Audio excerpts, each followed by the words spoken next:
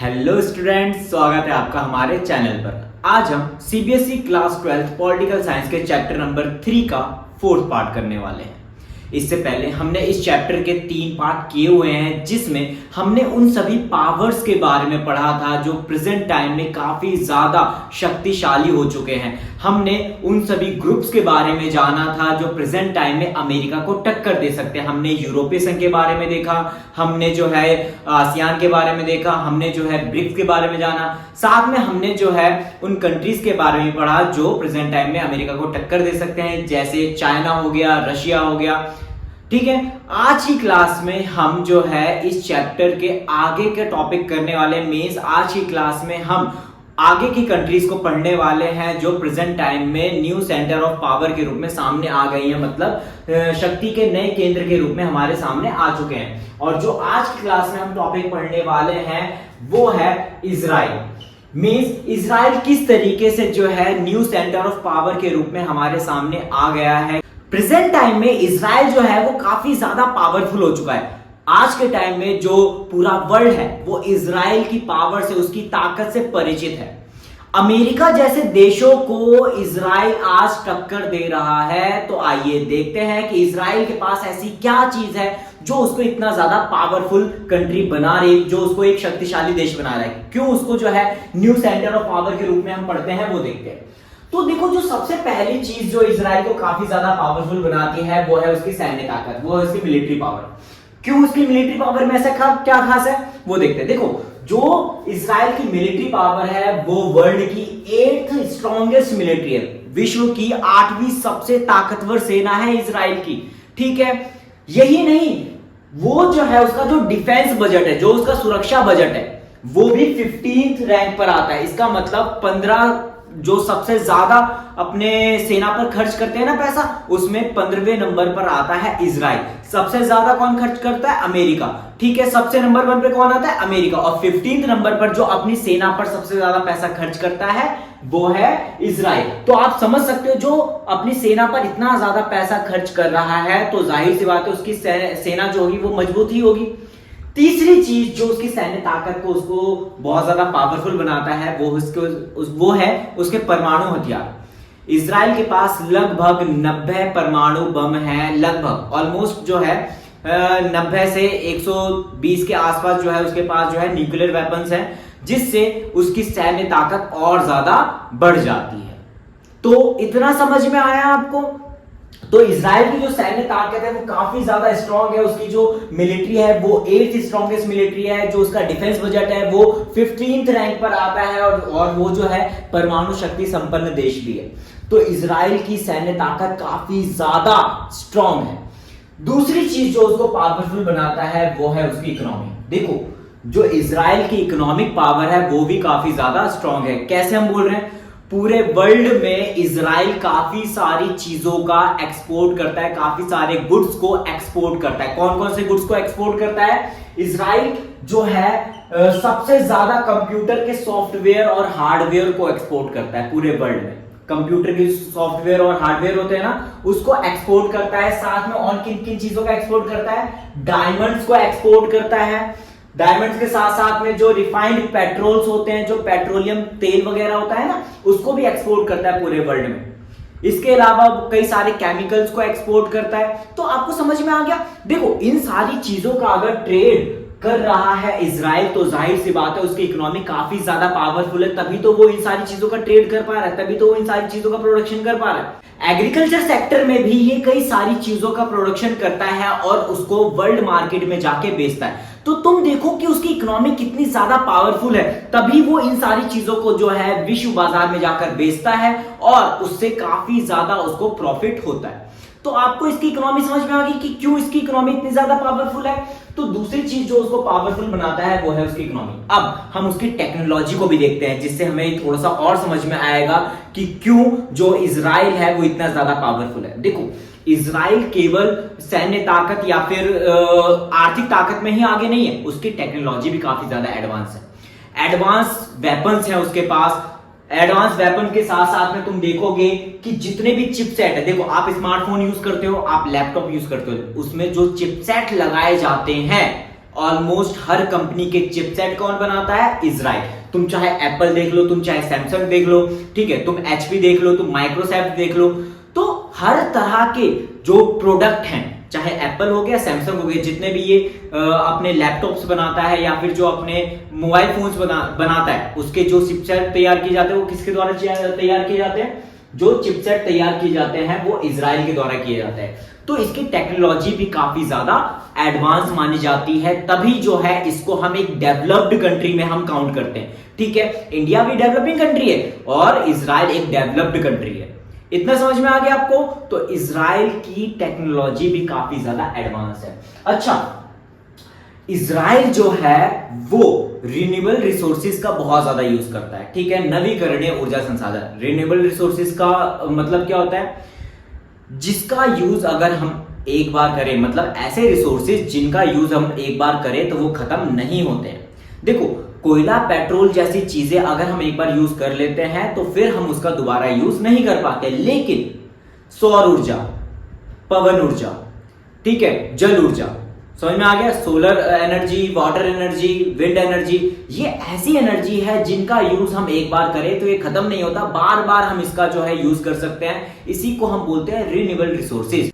और इजराइल जो है वो इन रिन्यूएबल रिसोर्सेज का सबसे ज्यादा यूज करता है। इससे क्या होता है कि इससे उसके ऐसे संसाधन बचते हैं जो खत्म होने वाले हैं, जैसे कोयला हो गया, पेट्रोल हो गया, डीजल हो गया, इन सभी चीजों को वो ज्यादा से ज्यादा बचाने की कोशिश करता है। और कैसे बचता है ये? क्योंकि वो बहुत ज्यादा जो है नवीकरणीय ऊर्जा संसाधनों का प्रयोग करता है। तो तुम देख पा रहे होगे कि जो इजराइल है वो कितना ज्यादा एडवांस हो चुका है। तुम इंडिया में देख लो, इंडिया में भी आजकल जो है सोलर पैनल वगैरह तुम देखते होगे, आजकल जो है लगते हैं, वाटर एनर्जी बनाई जाती है, लेकिन इतनी बड़ी मात्रा में नहीं बनाई जाती जितना जो है इजराइल में इसका यूज किया जाता है। तो तुम देख पा रहे हो कि किस तरीके से जो है इजराइल इतना ज्यादा पावरफुल है। तो आपको सभी पॉइंट समझ में आ गए कि क्यों इतना इजराइल जो है इतना ज्यादा पावरफुल है। यही रीजन है कि प्रेजेंट टाइम में जो इजराइल है उसको न्यू सेंटर ऑफ पावर के रूप में हम पढ़ रहे हैं।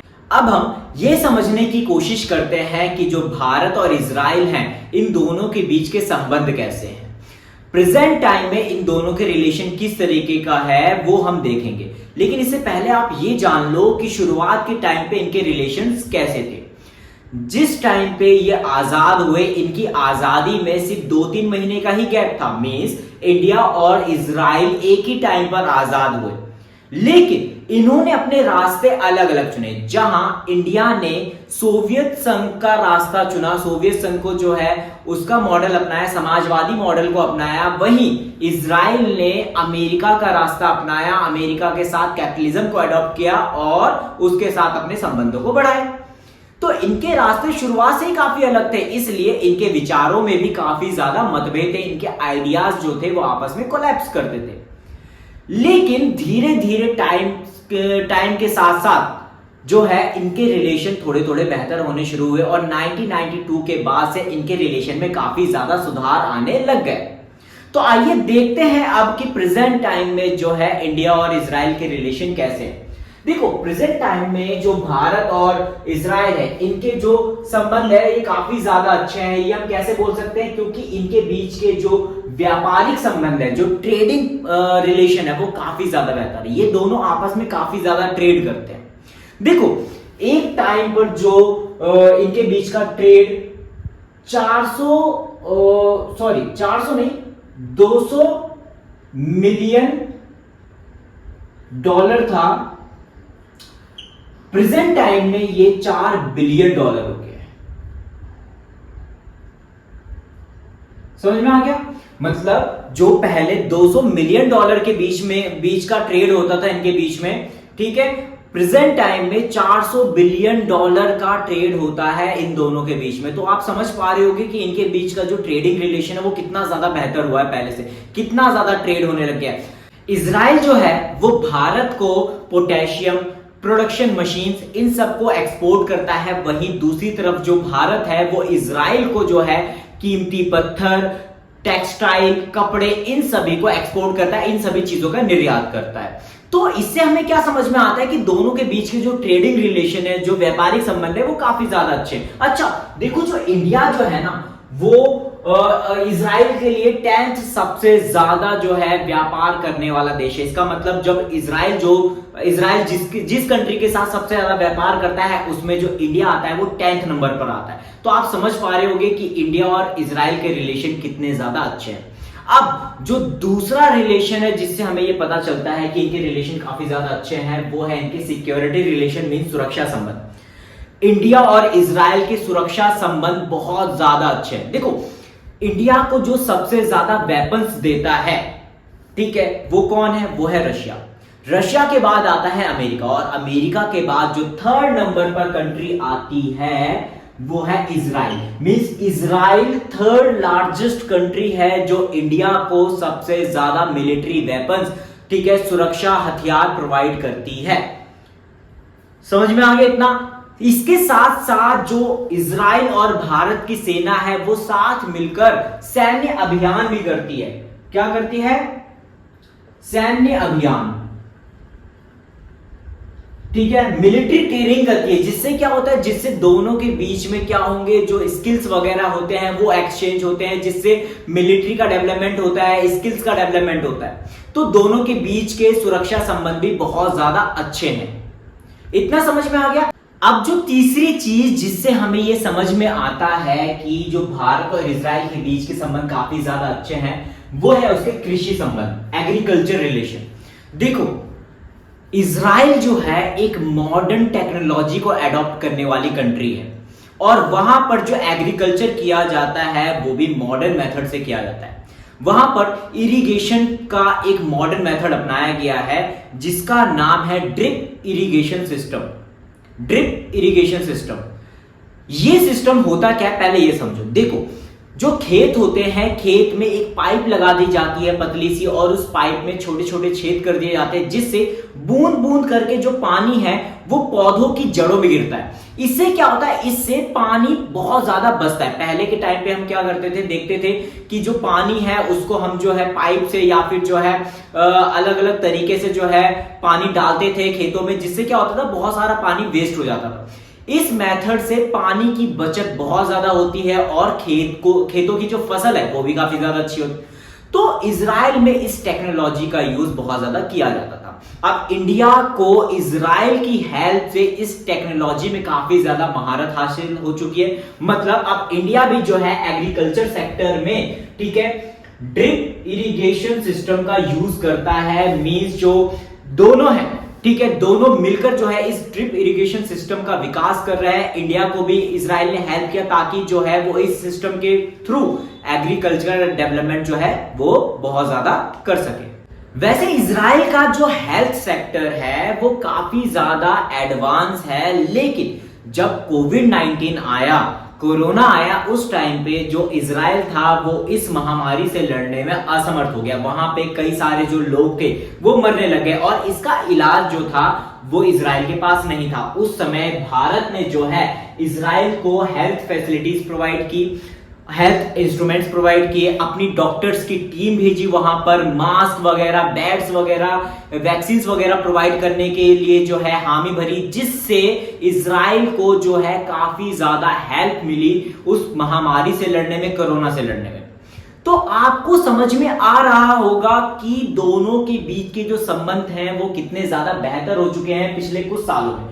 उनके जो बीच के व्यापारिक संबंध है, ट्रेडिंग रिलेशन है, वो भी काफी ज्यादा बेहतर तुम्हें देखने को मिल रहे हैं प्रेजेंट टाइम में। उनके जो सिक्योरिटी रिलेशन है वो भी काफी ज्यादा बेहतर हो गए। ये पिछले कुछ सालों की बात है जो इनके बीच के रिलेशन इतने ज्यादा बेहतर हुए हैं। इससे पहले इनके रिलेशन अच्छे नहीं थे। 1992 के बाद से इनके रिलेशन काफी ज्यादा बेहतर होना शुरू हुए। कृषि सेक्टर में भी जो है, एग्रीकल्चर सेक्टर में भी दोनों के रिलेशन काफी ज्यादा जो है बेहतर हुए हैं। उसके बाद जो है हेल्थ सेक्टर में भी दोनों जो है मिलकर काम कर रहे हैं। तो कई सारी चीजें हैं जहां पर दोनों मिलकर काम कर रहे हैं और दोनों के रिलेशन काफी ज्यादा बेहतर हुए। तो आपको समझ में आ गया होगा कि इंडिया और इजराइल के रिलेशन किस तरीके के।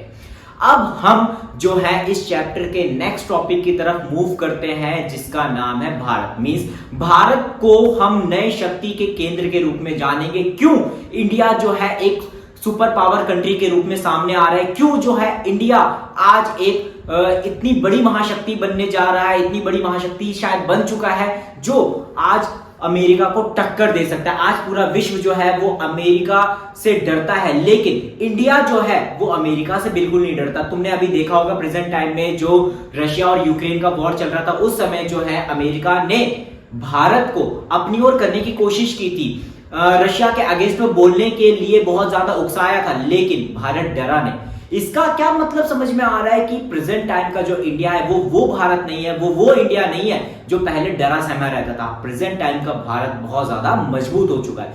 क्यों बोल रहे हैं हम ऐसा? क्योंकि जो इंडिया की सैन्य ताकत है, इंडिया की जो मिलिट्री पावर है, वो वर्ल्ड की 4th स्ट्रॉन्गेस्ट मिलिट्री है। ठीक है, 4th strongest military in the world. पूरे वर्ल्ड में 4थी सबसे बड़ी और सबसे ताकतवर सेना है भारत की सेना, जिसके पास एडवांस वेपन्स है, जिसके पास 130 न्यूक्लियर बॉम्ब्स हैं। समझ में आ रहा है? तो आज का भारत ऐसा वैसा भारत नहीं है, उसकी मिलिट्री पावर, उसकी सैन्य ताकत बहुत ज्यादा मजबूत हो चुकी है, तभी वो 195 देशों में 195 कंट्रीज में से 4th स्ट्रॉन्गेस्ट मिलिट्री में आता है। इतना समझ में आ गया आपको? तो भारत की सैन्य ताकत बहुत ज्यादा मजबूत है, इसलिए उसको जो है हम सत्ता के नए केंद्र के रूप में, न्यू सेंटर ऑफ पावर के रूप में पढ़ रहे हैं। दूसरी चीज, उसकी इकोनॉमी भी आज के टाइम में वर्ल्ड में बहुत सारे देशों को टक्कर देती है। जो भारत की इकोनॉमी है वो वर्ल्ड की 5th लार्जेस्ट इकोनॉमी है। 5th largest economy. आप समझ रहे हो कि इंडिया की इकोनॉमी कितनी ज्यादा पावरफुल है? वो पूरे वर्ल्ड में मसालों का निर्यात करता है, कपड़ों का निर्यात करता है, कॉफी का निर्यात करता है, चाय का निर्यात करता है, टेक्सटाइल हो गया, उसके बाद जो केमिकल्स हो गए, सॉफ्टवेयर, हार्डवेयर, हर फील्ड में भारत जो है आज जो है चीजों का निर्यात कर रहा है, एक्सपोर्ट करता है पूरे वर्ल्ड में।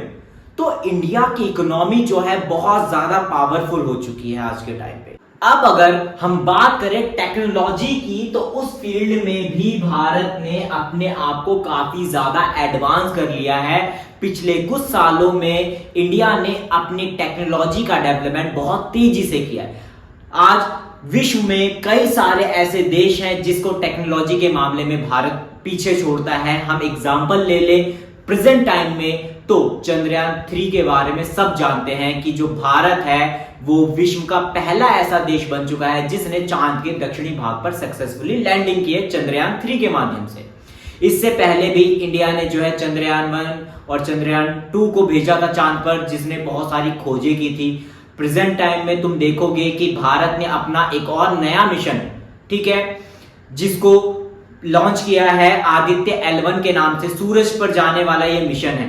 तो तुम देख पा रहे हो कि किस तरीके से जो इंडिया की टेक्नोलॉजी है वो इतनी ज्यादा एडवांस हो चुकी है। मैं बार बार एक ही चीज बोल रहा हूं कि प्रेजेंट टाइम में इंडिया की टेक्नोलॉजी बड़े बड़े डेवलप्ड कंट्रीज को टक्कर दे रहा है, अमेरिका जैसी कंट्रीज को टक्कर दे रहा है। इंडिया का जो इसरो है वो नासा को टक्कर दे रहा है, नासा ने खुद तारीफ की है भारत की।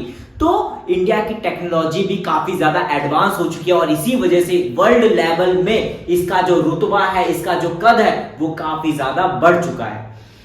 जो चौथी चीज भारत को काफी ज्यादा मजबूत बनाती है वो है उसका लोकतंत्र। भारत विश्व का सबसे बड़ा लोकतांत्रिक देश है। भारत विश्व की सबसे ज्यादा डाइवर्सिटी वाली कंट्री है, जहां पर हर तरह के धर्म, हर तरह की जाति, हर तरह के लोग रहते हैं, सभी मिलजुल कर रहते हैं और सभी को सारे अधिकार दिए गए हैं। विश्व का सबसे बड़ा लोकतांत्रिक देश है भारत। इससे बड़ा लोकतांत्रिक देश विश्व में कोई भी नहीं है।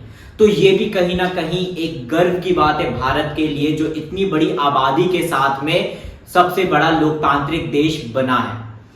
पांचवी चीज जो भारत को काफी ज्यादा मजबूत बनाती है वो है उसका सुरक्षा परिषद में उम्मीदवारी। देखो, सुरक्षा परिषद जो है वो यूएनओ का एक पार्ट है जिसमें 5 स्थायी सदस्य हैं और उस 5 स्थायी सदस्यों को वीटो पावर दी गई। और जिन कंट्रीज को ये वीटो पावर दी गई है वो जो मिलिट्री है उसके मामले में और ज्यादा पावरफुल हो जाती है, उनके पास एक्स्ट्रा पावर आ जाती है।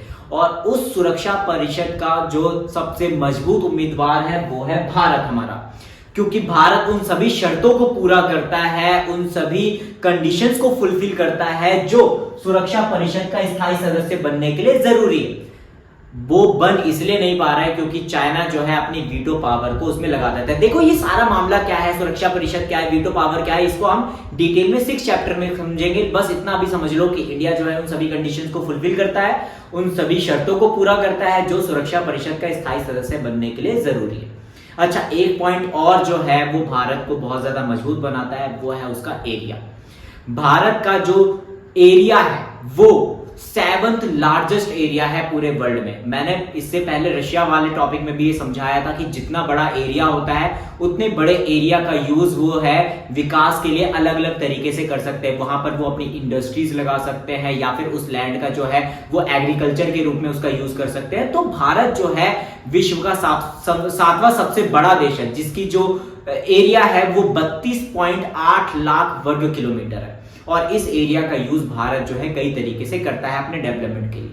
तो आपको समझ में आ गया कि जो भारत की ताकत है वो क्यों इतनी ज्यादा पावरफुल है और क्यों जो है प्रेजेंट टाइम में भारत जो है वो वर्ल्ड में न्यू सेंटर ऑफ पावर के रूप में सामने आ गया। इन्हीं दोनों टॉपिक के साथ में हमारी आज की वीडियो समाप्त होती है। नेक्स्ट वीडियो में जो है हम इस चैप्टर के जो लास्ट के 2 टॉपिक्स बचे हुए हैं हम उसको कवर करेंगे और उसके साथ में हमारा जो ये चैप्टर होगा वो फिनिश हो जाएगा। आई होप आपको आज के दोनों टॉपिक्स अच्छे समझ में आ गए होंगे। मिलते हैं नेक्स्ट वीडियो में नए टॉपिक के साथ में, तब तक के लिए बने रहिए हमारे साथ। Thank you.